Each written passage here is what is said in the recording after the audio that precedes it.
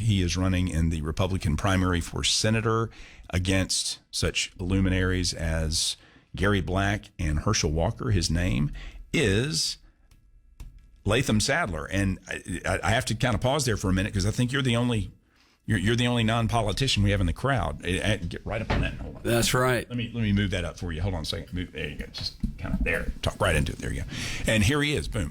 Say hello, Latham. Hey, hello, folks. Austin, thank you so much for having me on the show, and it's a treat to be in the studio here with you today. Now, while he is not a politician, he is a patriot. Spent 8 years in the Navy as a Navy SEAL. He was one of the members of Donald Trump's intelligence team working for the NSA, and that's kind of interesting. We've got a huge NSA contingent here in Augusta that we're not allowed to talk about very much. They're not allowed to talk. We can talk about all we want to. But so your roots in national security are about as strong as they can be. Well, thank you, Austin. And as we were weighing the decision on whether or not to jump into this race, one of the things that so many Georgians pointed out to me is that our state has a proud tradition of having national security experts in the Senate. All the way back to Richard B. Russell, we had Sam Nunn, who helped us win the Cold War. We had Johnny, we had Saxby, we had David, who understood China. And now for the first time since World War II, we don't even have a United States Senator from our state on the Armed Services Committee. And that's an important thing. And I think what transpired in Afghanistan recently really shows why we need leaders in Washington that actually understand the world and see the threats clearly and will make the right decisions for the country up there. Well, there's no doubt that most definitely it was a blind spot as far as the Biden administration goes. And you can say whatever you want to about Donald Trump, and he's rude, crude, and socially unacceptable. No way in hell he pulls out of Afghanistan with the Taliban running all over the place. He just wouldn't do it. And somebody said, well, he set the parameters up. No, what he did was he told the Taliban, if you do A, B, C, or D, I'm going to come down and do X, Y, and Z on you. And unfortunately, he was not sitting in the chair when the Taliban started pulling their crap. They knew they could get away with it on Biden, and they did. Simple as that. That's exactly right, Austin. And there's a couple glaring things from that debacle, but one of them is the timing. I mean, the fact that you announce the withdrawal at the beginning of fighting season and then pull the plug at the height of fighting season and then scratch your head as to how in 11 days the Taliban takes over the country, it just shows you that these folks making the decisions up there, they have no idea what they're doing. And they fundamentally, they view the world the way they want it to be rather than the way it actually is. And that's a very dangerous thing when it comes to national security decision making. And then, you'd think they would have factored that in after 20 years of war, and they didn't. And then we leave tens of billions of dollars in equipment to our adversaries. I tell folks on the trail all the time, Austin, that in charge of SEALs in command, I would have been relieved of command if one of my men had lost one piece of critical equipment. And the fact that there was no accountability whatsoever for leaving all that equipment to our adversaries. And then finally, leaving Americans behind. We don't do that as a country. I mean, we ran out of Afghanistan like we were being chased by, the father of the bride or something. It was crazy. It was unbelievable. I've never seen anything like national embarrassment. You started, or your political career actually began as an observer. You decided you wanted to get involved in the defense of this country's sovereignty and mission in the world to provide freedom for all when you were a college student and you were watching 9/11 unfold. And then after your days in Georgia, you were a freshman at UGA when that occurred. Then you go to Georgia Tech as a grad student where you become fluent in Persian and Farsi while pursuing a master's degree in international affairs. Was it your language skills that got you involved with the intelligence community? So it was kind of the more color to the story, the detail behind it is, 9/11 happened while I was at UGA, decided I wanted to try to become a Navy SEAL officer. I met a retired SEAL captain who basically told me, I'm not going to use his language on here, but told me I had no chance of getting selected to become an officer, go to officer candidate school, and go out to SEAL training. And so that's why I ended up spending my 20s trying to make myself competitive to get there. So that's why I went to Georgia Tech for grad school in international affairs in the Sam Nunn School, started learning Farsi and Dari, lived overseas in Tajikistan where they also speak the language, lived there for 10 months to become fluent, and then backpacked through Afghanistan as a civilian, all the other stands except for Pakistan. So really got to know that part of the world. And I thought, do you have any family background that way? Because, by the way, it is what it is. You could pass. You have an Arab look to you a little bit in a good way. It's funny that the beard, I guess, helps. Yeah, but the funny thing is, I'm just a good old Georgia boy. But So you don't have any family connection no to that lineage over there at all. So, and if you don't mind me saying, I think one of the reasons probably the guy was telling you that about the SEALs, you're not a large man. That's right. Solid as a rock, but he's not a big. He reminds me of Minnesota Mike 50 years ago. Minnesota Mike's retired military or too, longer. Right on. Thank you for your service. Yeah. But you, so you were kind of facing the long odds of making it as a Navy SEAL. Yes, sir. I was looking at the step when I was reading your bio and everything. You would have been in the smallest 5% of all Navy SEALs. It was, it was as far as weight and height go. And the guys that make it through, it's interesting, will surprise you. I mean, the poster boys typically don't make it. It's an interesting mix of folks that end up standing in the end of that process where they weed out about 90% of you. And in my class, we had 2 MMA fighters quit, but then a guy that was a drummer in a band made it with me. I mean, it's just, there's no rhyme or reason. I've known a lot of drummers, and that makes sense to me. Yeah. So, so 8 years as a Navy SEAL. Yes, sir. And were you able to see any, close and up front battle at duty during the Persian Gulf situation? So I was pretty fortunate. Or the Middle East, as in my time, because I became fluent in both Farsi and Dari. Farsi, what they speak in Iran, Dari, what they speak in Afghanistan. They actually immediately deployed me to Afghanistan right after I became a SEAL. Proud of the work we did there. What year was that? That would have been spring of 2014. Gotcha. And, interestingly, at that time, the Taliban knew that if there were forces that were coming after him at night, it was special operations units.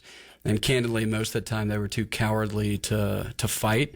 And so most of the work being done over there by special operations units were capture missions. Isn't it true? I mean, I'm just reminding everybody this in case they'd never heard it before, that the last 20 years that we've been over there, there's virtually no traditional fighting going on. It's either them launching a guerrilla attack on somebody or them being attacked in a sniper sense. I mean, there are no meetings on the battlefield the way that we used to have in World War II or even Vietnam for that matter. That's exactly right. Both given who you're fighting. I mean, that's just they've grown up with warfare, throughout generations, but then the terrain also is just prime and ripe for unconventional warfare. And so, no, there's no traditional fighting in Afghanistan. And the good news is, I guess, that you can wage those types of fights with many fewer people. The bad news is you never know when it's going to hit you. It can hit you literally at any moment, or you could get a phone call and in an hour be in a firefight. That's right. That's right. And that's the advantage special operations units have over there. I mean, we were able to have the element of surprise and do that to them. So when was it you made the transition to the Trump intelligence team? Yeah, so at the end of 2016, I was actually overseas on some presidentially approved missions in another part of the world. For President Obama's term. Correct. Gotcha. President Trump gets elected, and they were building out his national security team, and I got a call to come up there and interview. Didn't know what the job was or anything. As a sitting member of the United States military? That's still? right. I didn't know they did that. That's interesting. Yes, sir. So the National Security Council at the White House, you've got presidential appointees up there, like the National Security Advisor and a number of other appointees, but then also who makes up that staff are members of the uniformed services, members of the intelligence community, and members of the State Department. What rank were you at that point? I was actually because I got such a late start at the military, I was a lieutenant. Right, now, this is interesting, and it just occurs to me. James Bond, for all that he was a commander in the Navy, in the British Navy. Yep. So you are a lieutenant, or was it in the Navy, I guess? Right, that's right. Working an intelligence position for the President of the United States. That's exactly makes right. Sense. Makes sense. Commander Bond. Yeah. Well, and I finished out as Lieutenant Saddler. Yeah. That's right. I finished out as a lieutenant commander, and it was an interesting role though, Austin, because it was overseeing the Black Ops portfolio, where there's a small set of missions that require the president's approval after SecDef assigns them. And so I was that guy at the White House after Secretary Mattis signed off on these missions. They came to me. I vetted them. I'd just been out on these types of missions a few months prior, and then I'd make the recommendation to the National Security Advisor whether or not we should send the troops out to do the quiet work for the country. And I can tell you, during my time up there, I mean, our adversaries felt American might and strength every single day. And unfortunately, it's clear that they're probably not feeling that these days. All right, got to take a quick break. We'll come back and we'll continue our conversation with Latham Saddler. He's running for the United States Senate, the seat currently held by Raphael Warnock. He is taking on two big names. We'll talk about that when we come back, Herschel Walker and Gary Black. Stay with us. We'll be right back.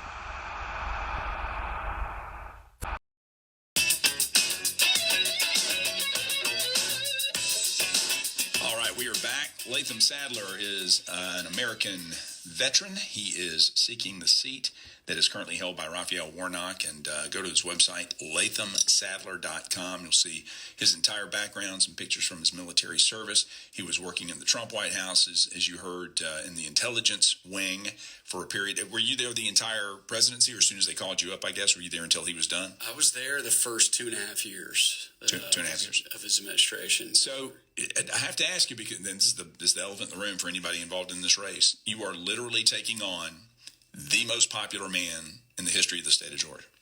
I mean, somebody said, well, is he as big as Hank Aaron? Yeah, because Hank Aaron wasn't from Georgia originally. So here you are taking on Herschel Walker. I'm going to leave Gary Black out of it, but for a minute, how do you do that? Yeah, so, I do find it ironic, Austin, that I've got to defeat my childhood football hero to try and set this country on the right track. But, I actually knew Herschel was going to be getting in the race. He and I have gotten to know each other. We've had a handful of conversations since my launch.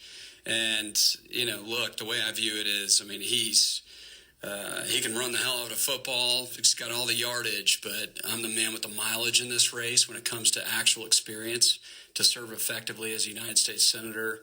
As we discussed earlier, the times are so serious, especially on the national security front, where we desperately need leaders up there that understand this stuff, have the background in it. And I've been blessed in my career and to have that experience in a short amount of time. That's the other thing, is I'm 38 years old. Candidly, I thought that was going to be a disadvantage in this race, and immediately on the trail, I learned I could not have been more wrong. People are really want a next generation leader for this role, and I can deliver that. The average age in the Senate's 63 years old. We got to get fresh blood up there. I tell people all the time, I'm pretty sure the fastest moving thing in the world is the advancement of technology, and I'm pretty sure the slowest moving thing in the world is the United States government. And you look at these committee hearings, and these guys have no idea on how to manage big tech, and it matters to our everyday lives, and it matters to the defense of our country, and we need folks that have that experience up there. And look, I look at this race, and Herschel, it seems, sealed the field for me. And so now it's a three-way race, it sounds like, as you mentioned, Gary Black as well. Two of us are going to go to a runoff, and I'm confident I'm going to be one of those two.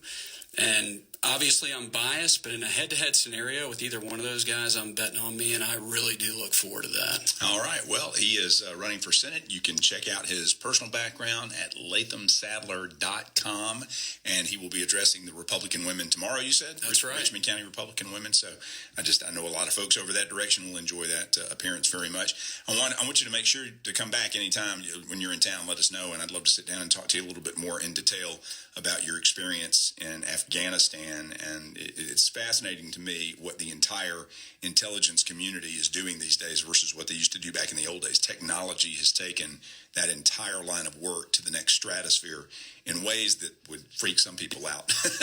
But, it's funny, and I'm not trying to be dramatic when I say this, but all of that James Bond stuff, not necessarily the stuff that you see in today's James Bond movies, but the ones from about 10, 15 years ago, they can do all that stuff now. That's right. And they can do it quicker than you ever thought possible. So we'll have a good conversation with Latham when he comes back. Good to have you. Welcome to Augusta, and have a safe trip out there. Thank you, Austin. Hi.